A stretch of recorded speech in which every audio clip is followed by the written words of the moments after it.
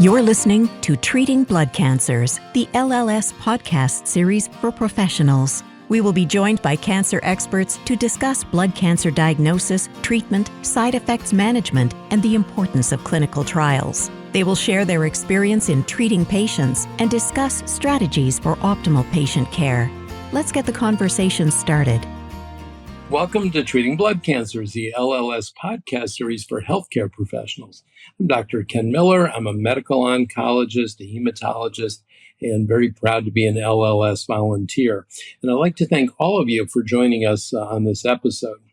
Today, we're going to be discussing and focusing on Hodgkin's lymphoma. And we're very delighted to be joined by Dr. Alex Herrera, who is the lymphoma division chief in the Department of Hematology and Hematopoietic Cell Transplantation, the Associate Medical Director of the Briskin Center for Clinical Research and Clinical Trials, and an Associate Professor at the City of Hope Medical Center. Alex, thanks for joining us. Oh, thanks for having me. I really appreciate it. I want to start out with a very general question. What is Hodgkin's disease? And I want to throw in there also, what is the malignant cell? Because I know in the past that's been a topic of discussion. Sure. No, it's a great question. Not a simple answer, but Okay. So the malignant cell in Hodgkin lymphoma is a B cell, has an aberrant kind of B cell program. It's not doing its usual things and kind of going to the germinal center and undergoing class switching and ultimately finding its way to make antibodies in the end. But it is a B cell that kind of went awry, basically. When you look at Hodgkin lymphoma under the microscope, it's really a fascinating disease. Hodgkin Reed-Sternberg cells, which is the malignant cell that we identify in Hodgkin lymphoma, only makes up a small minority of the actual cells in a tumor specimen. They're these very characteristic cells. They're kind of atypical lymphoid cells that are larger, they're binucleate, and they kind of have the ally appearance, the Hodgkin Reed-Sternberg cell that we talk about in medical school and in textbooks. But the Hodgkin cells are surrounded by non-malignant host immune cells. And it turns out a patient's immune system, you can see it trying to fight this cancer and trying to get rid of it, but it's unable to for a variety of reasons. Hodgkin lymphoma basically devises ways to camouflage itself or hide itself from our immune system. And it's almost like it's kind of in a castle with a moat around it, and all of the normal immune cells are trying to kind of siege the castle. And you can see that under the microscope. There are lymphocytes, there are eosinophils, there are all these different types of immune cells trying to fight the cancer. And what's really interesting about Hodgkin lymphoma is that it actually puts itself into this little space where it almost feeds off of those normal cells. Those normal cells are providing signals and growth signals and keep the Hodgkin Reed-Sternberg cells kind of in this happy little space where it likes to live. So it's a little bit of a symbiotic relationship that the Hodgkin Reed-Sternberg cell kind of manages to put itself in with these normal immune cells. It's a disease that primarily starts in one lymph node region. This B lymphocyte goes awry, becomes a cancer, and forms a tumor, typically in a lymph node, but not always. It can be in sites outside of a lymph node. So it spreads from one adjacent lymph node to another, which is why, unlike some other lymphomas, let's say about half of patients will actually present with early stage disease, stage 1 or 2 disease. But it certainly can spread and become advanced stage disease as well. Thank you. It's a great description of that milieu and that environment. We talked about classical Hodgkin's. There's other subtypes, and I'd love to drill down a little bit. For those other subtypes, is the microenvironment or the makeup of the tumor different? And what implications does that have for prognosis? Right. That's a great question. I'd say the big delineation is between classic Hodgkin lymphoma and nodular lymphocyte predominant Hodgkin lymphoma, which actually in one of the most recent classifications was kind of changed to basically be a non-Hodgkin lymphoma because it is so different. So nodular lymphocyte predominant Hodgkin lymphoma has different markers. It actually expresses CD20, which is kind of one of these classic markers that are on the B cell that we target in the treatment of lymphoma. Whereas classic Hodgkin lymphoma, for the most part, doesn't express CD20. Classic Hodgkin lymphoma expresses CD15 often and CD30 always, whereas nodular lymphocyte predominant Hodgkin lymphoma doesn't express those. So there's some important differences about the actual cancer malignant cell itself. There are some similarities, which is why they kind of got lumped into this classification together, because of these 8 large atypical lymphoid cells, which are the primary malignant cell in nodular lymphocyte predominant Hodgkin lymphoma, and it is surrounded by a patient or the host's immune cells. And T cells often are kind of rosetting around the tumor cell. So there certainly are some features that are similar under the microscope. And when these diseases were originally described, that's how we were describing them visually and how they appeared on the microscope. But they're very different cancers, and how we treat them, certainly differs. We use B-cell directed therapies for nodular lymphocyte predominant Hodgkin lymphoma, like rituximab, an Yep. antibody that's directed against CD20, whereas in classic Hodgkin lymphoma, we do not. So important differences that do have implications for how we treat the diseases. Yeah, thank you. There's a gap, at least, and for some of us, between what we all learned in med school and what's happening now. What are some of the recent, in a sense, surprises or things about the biology of Hodgkin's that we didn't even think about that turn out to be really key findings? I'd say one of the large developments or things that we've learned about the pathogenesis of Hodgkin lymphoma in the last several years is we've come to understand some of the features that drive that very characteristic appearance of very few cancer cells surrounded by these immune cells. And the Hodgkin Reed Sternberg cell appears to be able to kind of camouflage itself or evade the immune system. And we've learned how it does that. So there are these characteristic genetic changes in chromosome 9p241, but it's the genes that in the PD1 ligands and as well as JAK2. Many of the folks listening to the podcast may be aware of PD1 and the drugs that block it, like nivolumab or pembrolizumab, because we use them a lot in solid tumors and in many cancers, melanoma, lung cancer. Well, it turns out that Hodgkin lymphoma is kind of the poster child for PD1 and thinking about PD1 blockade. In fact, there are genetic changes, like I said, that actually lead to kind of increased numbers of copies of the PD1 ligand genes or even kind of amplification of those genes. And when there's more that encodes for the PD1 ligands to be expressed on the cancer cell. And so what happens is the Hodgkin Reed Sternberg cell, it has the PD1 ligands present on its surface. And that basically shuts down the T cells and the immune system as it's trying to attack the cancer. So we've kind of started to understand how the Reed Sternberg cell kind of hides itself from the immune system, how it evades the immune system. And fortunately, in the last several years, there are drugs now that we can use to block PD1 and the PD1 ligands. And so that's been an absolute game changer in Hodgkin lymphoma. Yep. It's revolutionized how we treat the disease.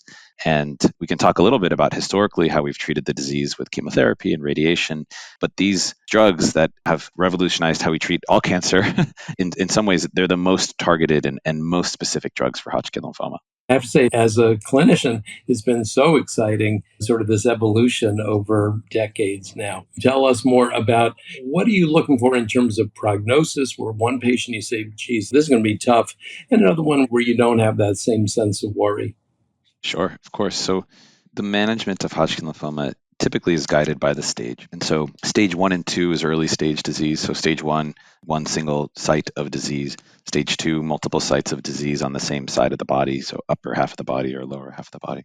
So early stage or stage 1, 2 disease, we historically have used combination therapy with chemotherapy and radiation. And we classify early stage disease into favorable and unfavorable. And we do that using certain risk factors. Disease bulk, right? So a large mediastinal mass is a poor prognostic feature. In some classifications, age. In all the classifications, although the number of sites differ, number of sites of involvement, right? So you can imagine more number of sites is a poor risk feature. Elevated ESR is a poor risk feature. Presence of B symptoms, right? So if a patient has fevers, night sweats, that's logical. That certainly implies that there's a higher burden of disease or more spread. And so we classify early stage disease into favorable, unfavorable. And that determines historically the number of cycles of chemotherapy that we give and the dose of radiation that we give. So the most favorable patients could get as few as 2 cycles of chemotherapy and 20 gray of radiation.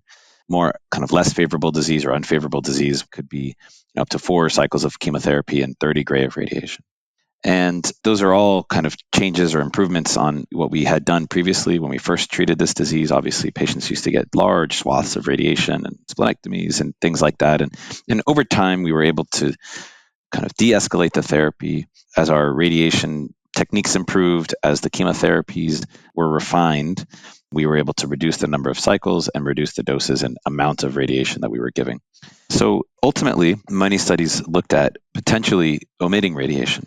And we would do that using PET scans. If a patient had a really great response after a couple of cycles of therapy, we would think about, again, shortening the number of cycles of chemotherapy or omitting radiotherapy. It turns out that those studies showed that omitting radiotherapy probably reduced the cure rate a little bit, but it didn't really change overall survival. And those few patients who maybe we didn't cure, whereas we might have, could be salvaged with down the road with an autologous stem cell transplant, Right. other therapies. Advanced stage disease, stage 3 or 4, that has spread to both halves of the body or outside the lymph nodes, that we've typically primarily used systemic therapy. So a full course, usually 6 cycles of therapy if it's ABVD. There's other regimens like BIACOP that's used, that was developed in Germany, more intense and associated with other problems, infertility and second cancers, but it could be as few as 4 cycles of BIACOP in advanced stage disease. Now, when we think about early and advanced stage, with early stage disease, we've gotten to the point now with our refined treatments that we cure the large bulk of patients, upwards of 85%, as high as 90% plus of patients with early stage favorable, especially, are going to be cured. With advanced stage disease, with our kind of classic ABVD, we probably are curing about 75% of patients. There are some poor prognostic features in advanced stage disease that the International Prognostic Score is one thing we use, and that looks at a patient's age and the albumin level, their lymphocyte count, the stage 3 versus 4, if they're male versus female. And all of these features would tell us what the likelihood of curing a patient was with advanced stage disease. With these more recent refinements that we'll talk about, these more newer therapies, we've been able to improve on that cure rate of 75% with ABVD-based regimens.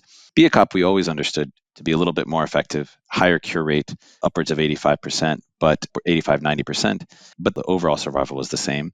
And because of infertility and second cancer issues that we saw with BIACOP, I think different regions of the world chose different approaches with ABVD or BIACOP. I want to go back to earlier stage disease. There are colleagues who say, I wouldn't take radiation myself if I had early disease. I'd want more chemo. So, what are your thoughts on that? So, with early stage disease, it really is a personalized decision. And we try to discuss all the information that we have about how to treat the disease with the patient and guide their decision making based on how they want to approach their treatment. Young females who have mediastinal involvement or axillary involvement, we are reluctant to use radiation because that's going to increase their risk of a second breast cancer down the road associated with that radiation. When I have the conversation with a patient, I say, listen, here are the data with combined modality therapy. Here are the data with chemotherapy alone. With the understanding that we might lose a few percentage points of cure, we're also avoiding radiation, which has its own issues. I would say most patients these days are choosing to go with systemic therapy and avoid radiation.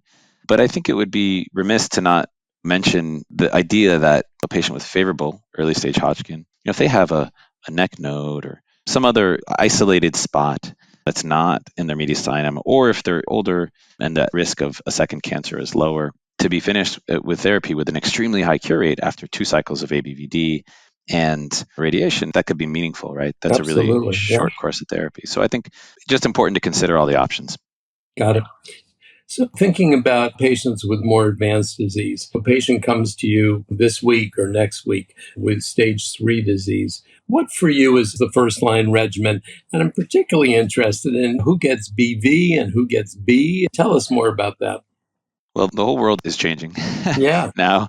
So up until midway through 2023, the use of brentuximab vedotin as part of the initial treatment of advanced stage Hodgkin lymphoma had become a standard. And it remains a standard, but brentuximab vedotin is an antibody drug conjugate. It's directed against CD30 on the surface of Hodgkin-Reed-Sternberg cells. Basically, an antibody that finds the cancer, it has a chemotherapy attached to it, and delivers the chemo right into the cell, kind of like a smart bomb, heat-seeking missile. And there was a randomized study that we added brentuximab vedotin to ABVD, but we removed the bleomycin. We got rid of the drug that was causing lung toxicity, and added brentuximab vedotin. And when we compared that to standard ABVD without PET adaptation, it appeared that we cured more patients. And ultimately, in longer term follow up, there was actually a survival benefit. And so that really became the standard for stage 3 or 4 disease. Now, that comes with some other issues. Brentuximab combined with AVD in adults can be more toxic. In some ways, you have to use GCSF, whereas we didn't used to with ABVD, because there's a higher rate of fever and neutropenia, higher rate of infections, so more infectious complications with brentuximab AVD. That makes it particularly difficult to give in older patients above the age of 60, and we tend to avoid that actually. The other thing you see is because there's been blasting and brentuximab vedotin, and they're both microtubule toxins, there is a high rate of peripheral neuropathy. And as you know, many of these patients are young. They're going to live their whole rest of their lives with peripheral neuropathy. And it usually improves over time, but many patients still have some residual neuropathy. So there are some downsides, but up until very recently, brentuximab vedotin AVD had become a standard. At first, we used it in the highest risk patients and young patients. That's who it seemed to benefit. Patients with a high IPS score, patients with stage 4 as opposed to stage 3, patients who were younger, below the age of 60. But once there was an overall survival benefit, that really, I think, changed a lot of people's practice, and people gave it to all patients with stage 3 or 4 disease, with the exception of the older patients who still, had a difficult time tolerating it. Now, we talked about PD-1 earlier in the podcast, and it turns out that blocking PD-1 in Hodgkin lymphoma patients is an extremely effective therapy. We started to use it in patients with relapsed or refractory disease who weren't cured by their initial therapy. And we've basically been marching it earlier and earlier in the course of therapy. We started to use it ahead of a stem cell transplant as part of the salvage therapy, and it improved the complete response rates and got more patients to transplant. So we recently completed a study where we actually included nivolumab as part of the frontline therapy for stage 3 and 4 disease, nivolumab combined with AVD, and patients were randomized to get that or brentuximab vedotin combined with AVD. This was part of our kind of North American cooperative groups, research funded by the NCI. We enrolled almost 1,000 patients. And the study enrolled extremely quickly, which was really exciting. Huge community site participation. It was really a wonderful study, demographically diverse study. A quarter of patients were Black or Latino. We actually collaborated with the Children's Oncology Group. A quarter of the study was patients under the age of 18. Yep. Because we weren't using BIACOP, we were able to enroll patients over the age of 60. So we enrolled 10% of the study was patients over the age of 60. Really fantastically diverse and representative study. And really exciting was the fact that nivolumab AVD pretty dramatically improved the progression-free survival. So in other words, the patients who were alive and without relapse or progression. And it was at a very early time point, just 1 year of median follow-up, and it was already a huge improvement in progression-free survival. So, what I can say is that progression-free survival benefit has held up with longer follow-up. So now at 2 years of follow-up, the gap hasn't closed. It's only, if anything, widened a bit. So really exciting. Which is terrific. So, I have to say, it always makes such an interesting story to tell residents or medical students, and from MOP to ABVD, but how amazing that it's continued to be an interesting story. The story of this disease, that's an incredible story about treating cancer and how over decades we've made this incredible progress, this stepwise progress. And hopefully, I think there's more progress to make. I think we can think about using our sharper tools than PET scans, like circulating tumor DNA, to ultimately even refine nivolumab AVD. So that's in parallel, not to leave our European colleagues out of this. They added in brentuximab vedotin into their BIACOP regimen and made that regimen much better to tolerate. And actually, it looks like BRICAD, the new kind of BV containing BIACOP variant, is probably more effective than BIACOP. So there's a lot of excitement in the field. Yeah. We're making therapy better tolerated and we're curing more patients. Really exciting. Terrific. I know you've published some on response-adapted therapy in Hodgkin's. Tell us more about that, if you would. And actually, you just brought up, I think, equally as interesting, not perhaps with PET, but even beyond that. Right. So it has been a practice in the last, let's say, 10 to 15 years.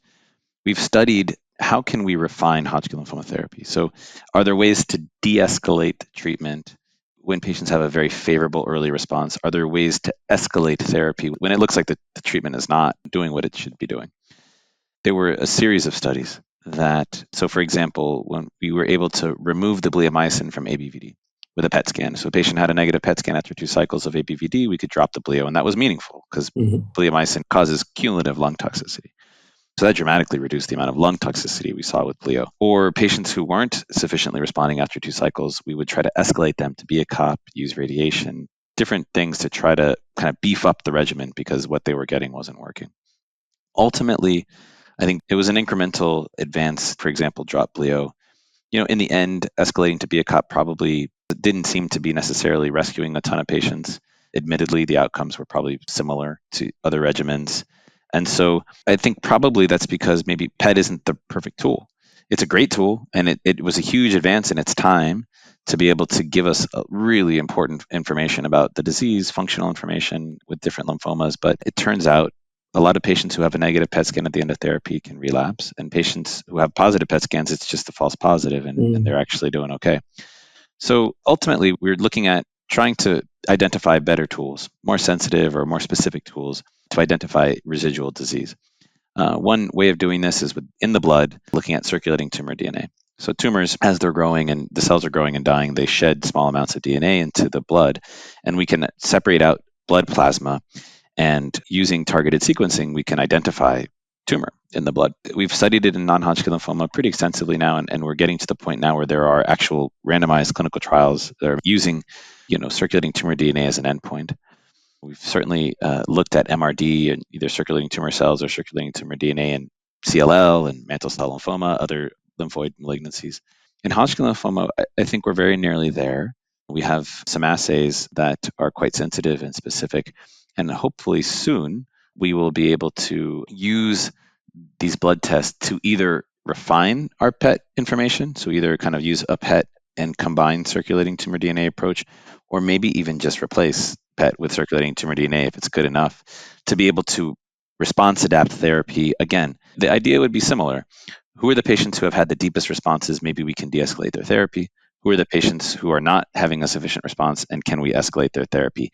Add back in brentuximab, for example. There are a lot of different ways you could think about it. Yeah, terrific. Alex, thankfully, so many patients are treated, have a great response, and are cured. And I think the word cure is a wonderful word, but there are patients who are not. So what are your thoughts now in terms of what would you call state of the art for relapse or refractory patients? Well, that's also kind of a changing space. The historical standard was to use salvage combination chemotherapy, a regimen like ICE or GVD, DHAP, things like that. If a patient was still sensitive to the chemo, so we used a different non-cross resistant chemotherapy regimen, if we demonstrated that the cancer was still sensitive to the chemotherapy, we would then give autologous stem cell transplant, which is really just a way of giving a high dose chemotherapy. It's not if some chemo is good, more chemo is better.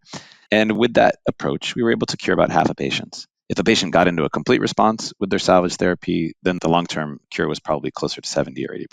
Once we had these newer drugs available, brentuximab vedotin and PD-1 blockade, we incorporated them into the salvage therapy. The idea was, can we get more patients into complete response? Can we get more patients to a stem cell transplant? Can we get more patients cured? And we incorporated brentuximab vedotin, so either sequentially or combined with chemotherapy. And it did appear that the complete response rates to that were a little higher, maybe in the 60-70% range, as opposed to by maybe about 50 to 60% with salvage chemo. And the long-term kind of cure rate or progression-free survival did seem again to be in the kind of 60-70% range overall. So maybe some incremental improvement there. Ultimately, we incorporated PD-1 blockade or immunotherapy into salvage treatment, and that actually really pretty dramatically changed the outcomes. When we combined pembrolizumab with GVD or nivolumab with ICE, pembrolizumab with ICE, we saw complete response rates upwards of 85%. Wow. This was in relapse refractory disease. This is patients with primary refractory disease, residual disease at the end of their treatment. And so the great majority of patients were getting into complete response. Those patients were getting into transplant, and the long-term progression-free survival or cure rate, again, was upwards of 80 plus percent, 85% plus. So that really, even without a randomized trial, kind of changed practice. I mean, PD-1 blockade combined with salvage chemotherapy became the standard over the last couple of years. Now we're in a position, because of what we've done in the frontline, where we've incorporated PD-1 blockade and brentuximab into the early lines of therapy, we probably are in a place where we need to, again, redefine what we do for patients who are resistant. And I think there are studies that are currently being designed to look at, should we be using brentuximab? Should we be just using chemo? Should we reuse PD-1 blockade, even if a patient had it in the front line? And so there will be studies to be able to help guide those decisions. But I think the big overall thing to say is that now we're curing more patients in frontline, and even patients who aren't cured with their initial therapy. I mean, we're able to salvage the great majority of patients with our improved kind of second line and later therapies. Yeah, which is so incredible. I'm going to ask you the question you posed in an editorial you wrote. Can we cure Hodgkin's disease without a transplant? That's a great question. So I think that there are groups of patients. There are patients with relapses or refractory disease that's probably too high risk to try that yet. But I do think that there are patients who have, let's say, a patient with early stage disease who got chemotherapy alone and didn't get radiation, and the disease returns in that same spot, or just a low bulk relapse in one or two sites, a late relapse many years down the road, or a few years down the road at least. I think there are certain patients who we're ready to study that in. And there are multiple ongoing studies looking at PD-1 blockade combined with chemotherapy followed by PD-1 maintenance, or brentuximab vedotin combined with nivolumab, and we can use radiation or not use radiation depending on if it's early stage disease. So I do think that there are patients who are going to be cured without a stem cell transplant. I think defining that group of patients well so that we can understand in whom it's probably safe to forego the transplant, that's the question that we have to answer a little better. But I think there are many ongoing studies in development that are going to help us do that. Terrific. I want to ask you about toxicity and focus, if you would, on long term, because, again, the story of Hodgkin's disease is one of the initial therapy, a lot of long term issues continuing to increase over time, the graphs have shown. So, what would be your expectation now in general for patients who are being treated, who are long term survivors, in regards to long term toxicity? Well, it's been the huge kind of question or problem to solve in our field, right? So once we started to cure this great majority of patients with radiation and chemotherapy, we started to see that decades down the road, patients had all these different comorbidities and issues that could even be deadly from all that treatment that we gave them. So second cancers were a big problem, were and are a big problem. Early cardiac disease from radiating people's chest, pulmonary disease. There are fertility issues that can come down the road from getting chemotherapy. And so many different problems that we've seen arise from all the treatment that people get early in their lives. That's why over the years, we've really tried to study ways to de-escalate therapy, right? Give less chemotherapy, give less radiation or more targeted radiation. And that's been a little challenging to study, but there appear to likely be improvements and less of those late-term toxicities with more refined chemotherapy and radiation use. Nowadays, as we've incorporated the new drugs into treatment, at this point don't have long-term follow-up data, but again, the hope is we're reducing the cumulative chemotherapy and the cumulative radiation doses that people receive that will hopefully reduce those late toxicities. That being said, certainly patients who have radiation, particularly to their chest, should be undergoing regular evaluations. Men, should be having cardiac evaluation, and if they got radiation to their chest, and be monitoring for pulmonary disease. Women who received radiation to their chest should be getting breast cancer screening. There's clear guidelines about all of this kind of survivorship and follow-up that patients should get.